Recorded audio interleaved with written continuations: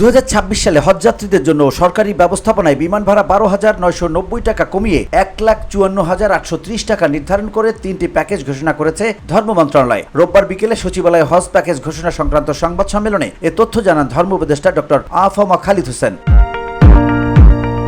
প্রস্তাবিত 3 প্যাকেজের মধ্যে প্যাকেজ 1 এর খরচ ধরা হয়েছে 6,90,597 টাকা, প্যাকেজ 2 এর খরচ ধরা হয়েছে 5,58,881 টাকা আর প্যাকেজ 3 এর খরচ ধরা হয়েছে 4,67,167 টাকা।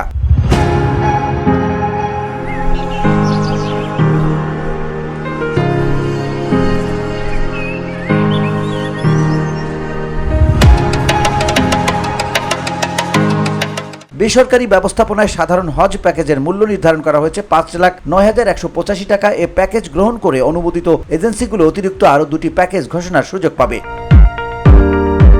ধর্ম উপদেষ্টা জানান, হজযাত্রীদের সুবিধার্থে এবার বিমান ভাড়া কমানো হয়েছে। গত বছর বিমান ভাড়া ছিল 1,67,820 টাকা, এবার তা কমিয়ে 1,54,830 টাকা করা হয়েছে। 70 বা 80 বছরের ঊর্ধ্বে কেউ হজে যেতে চাইলে 50 বছরের নিচে একজনকে সঙ্গে নিতে হবে। সংক্রামক রোগ আক্রান্ত কেউ হজে যেতে পারবেন না।